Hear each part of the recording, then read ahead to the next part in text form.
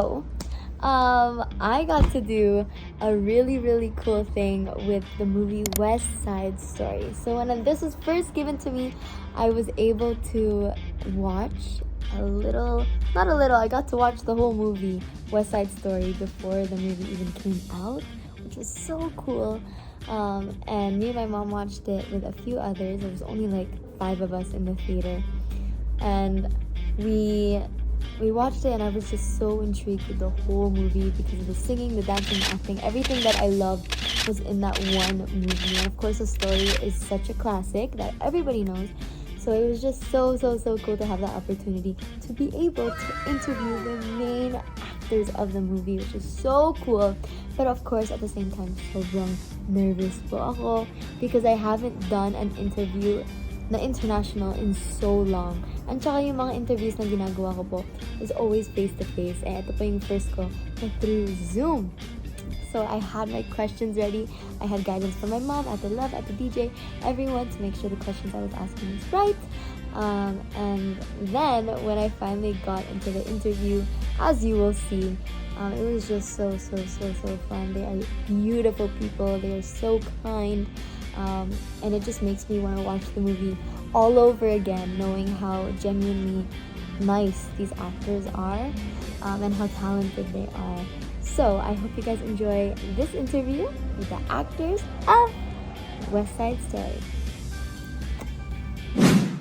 Okay, hi guys! Hello. Good morning from the Philippines. I'm AC Bonifacio. I got to watch your movie yesterday. It was insane, so good. The questions that I have are for both of you, so you guys can decide whoever answers first. Okay, let's get it started. Okay, my first question is, obviously this story is very legendary from a while back now. So what makes this version of West Side Story the same and different from the 1950s version?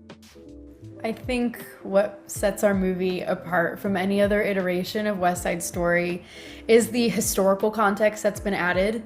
There's a lot of conversations that go on throughout the movie about the destruction of a neighborhood known as San Juan Hill and how it's being destroyed to build what we now know as the Lincoln Center for Performing Arts. So there's a big conversation about gentrification that was kind of missing from earlier productions of West Side Story, both on film and on stage.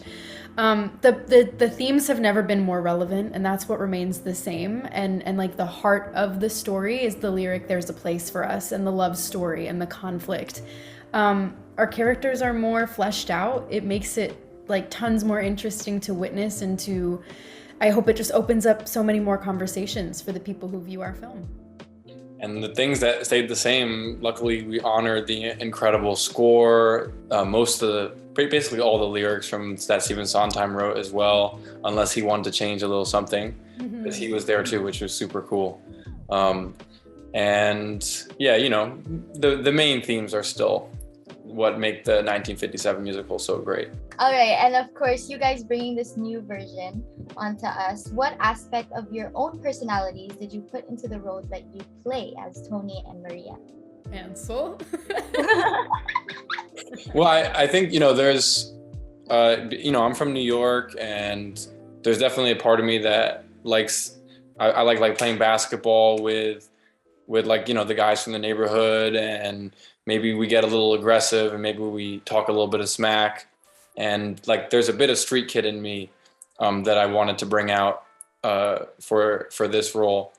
And then I've also been in a place where I've been like absolutely hopeless romantic and will just throw my whole life into like love and romance, and definitely, that is the main thing in this movie for Tony and Maria.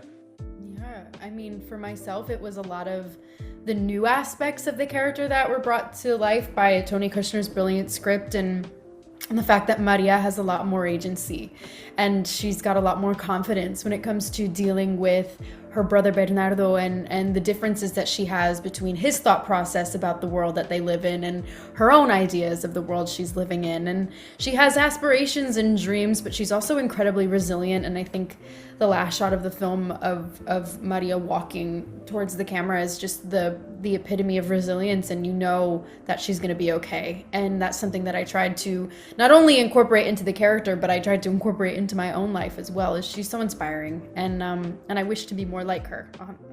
Honestly, I think.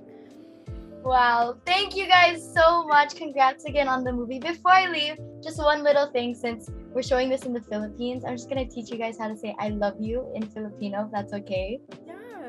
Yeah, okay. So I love you in Filipino is mahal ko kayo. Mahal ko kayo. Yeah! Thank you guys. Congrats! Thank you. Bye, take care. You too.